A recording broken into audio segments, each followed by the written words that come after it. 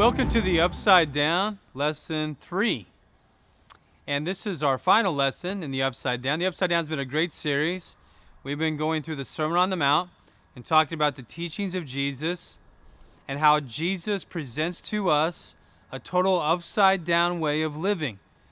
That if we are to follow Jesus, if we are to be like God, and we live like He wants us to, then we will appear upside down to this world.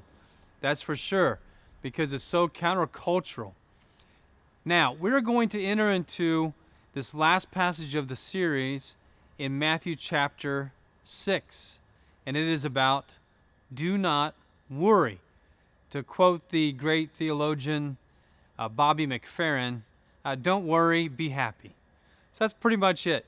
But we're going to be looking at what Jesus had to say about not being anxious and not being a worrywart. And as we look in that passage, you're going to be thinking, is this really something that's so revolutionary? I mean, is this really something that really sets us apart from the world, that turns things upside down?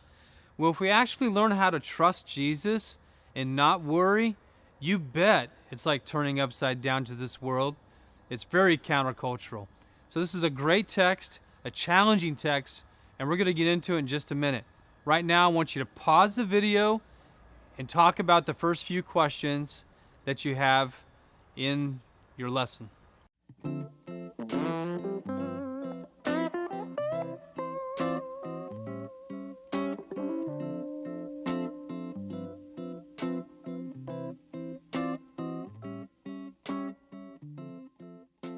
Welcome back.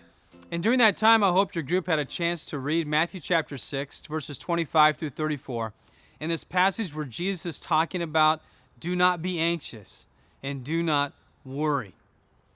Now, if you look at verse 25, it starts off with the first word that says therefore. I was always taught that when you see the word therefore, you should always ask the question, what's it there for?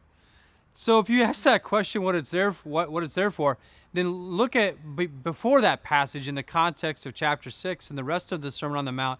What was Jesus talking about right before he started talking about do not be anxious and do not worry?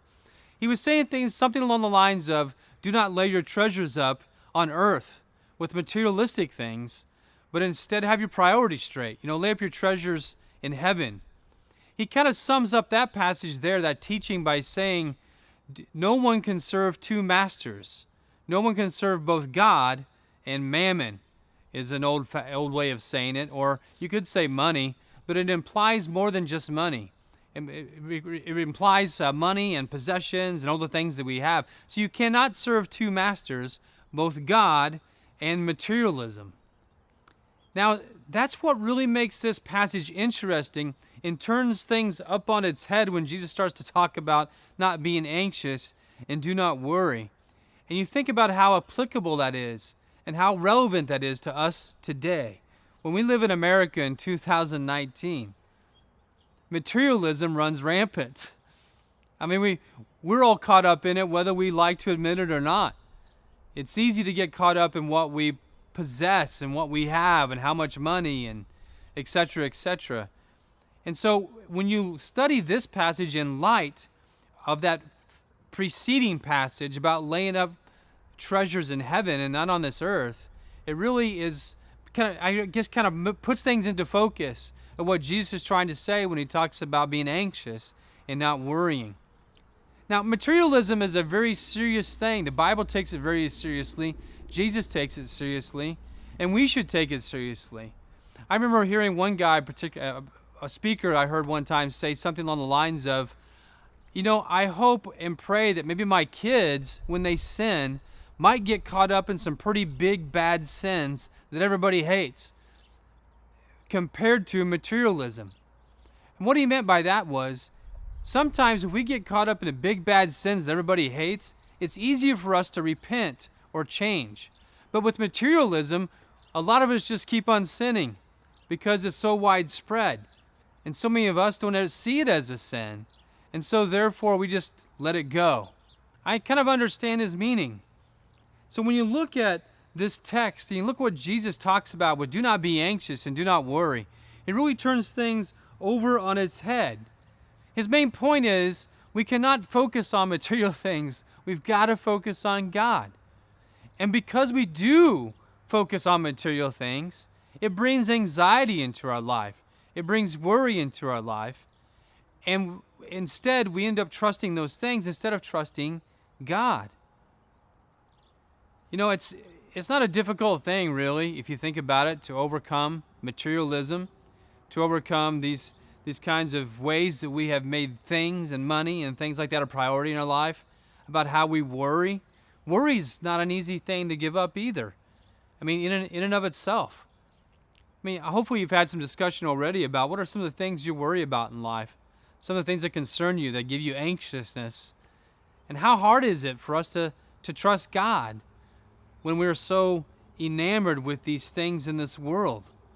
We've got to really change our whole perspective, is what Jesus is saying. That's really turning things upside down and living countercultural. It's not easy. I'm reminded of a skit I saw a long time ago. I think it was on Mad TV, where a lady comes into a psychiatrist and says she has this incredible fear of being buried alive in a box. And he goes on to tell her, well, if you really want my advice, here it is. Just stop it. And she gets offended. What do you mean, just stop it? It's not that easy to stop. I'm terrified of this. And all you've got to say to me is just stop it? And he said, well, I guess I could say a few more words to you if you want. She goes, yes, I would like that very much. He goes, stop it or I'll bury you alive in a box. I thought that was hilarious because sometimes that's the way you feel. Even in my own life, what I feel with the things that I worry about and I get anxious about, why can't I just stop it? Why can't I just trust God? Why can't I just move on? But the truth is that worry and anxiety doesn't work like that necessarily. Worry and anxiety is rooted sometimes addictively in us. And it's rooted addictively in us because we are addicted to a lot of materialistic things in this world. I really want you to take some time to discuss some of the obstacles that you have that keep you from really trusting Jesus with your life. You know, Jesus said in this passage we just read in Matthew 6 that I will take care of you if you trust me. I mean, he takes care of the birds, God does. He takes care of the flowers. He takes care of things in all of creation. And we are his children. Wouldn't he much more take care of us? And I know we live in a different world. We go from day to day. We're not really worried about what we're going to eat. We're not really worried about what kind of clothing we're going to have all the time. Sometimes we worry about that, but for the most part, our needs are taken care of. So how much more then should we be trusting God when he's already taking care of us? There are so many obstacles that are in our way from keeping us trusting God.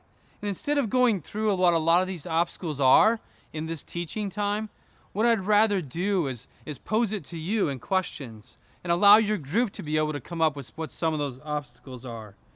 To be upside down in America is to be one who totally trusts Jesus. If you really want to be upside down and countercultural today, as you follow Jesus in a world that does not follow Jesus, practicing what Jesus teaches in Matthew 6, 25 through 34. Wow. Now that's countercultural. Being a person who doesn't worry, a person who's not anxious, and a person who trusts God for everything.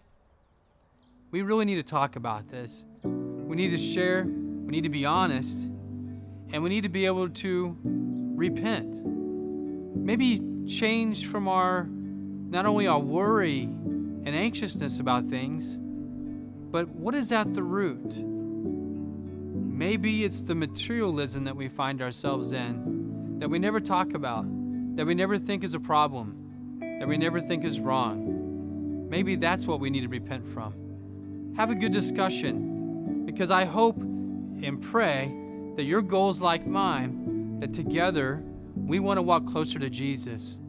And if it appears to be upside down in this world, then so be it.